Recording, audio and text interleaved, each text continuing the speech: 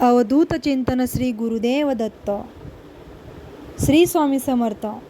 मी आज तुम्हाला एका कांचनताईचा अनुभव शेअर करत आहे.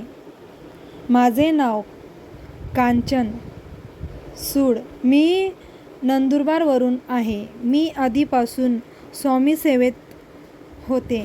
15 जानेवारीला माझा मुलगा कामावर जात असताना पतंगीचा मांजा गळ्याला अडकला. त्याच्या गळ्याला 125 टाके पडले व तो ICUमध्ये होता. डॉक्टरांनी 2 तासाची गॅरंटी दिली होती. प्रदीपदादांकडून ऑनलाईन सेवा घेतली. हॉस्पिटलमध्ये मोबाईलवर सेवा करत होतो. घरी बहिणीने 7 दिवसाचं पारायण केले. 7व्या दिवशी माझा मुलगा सुखरूप घरी आला.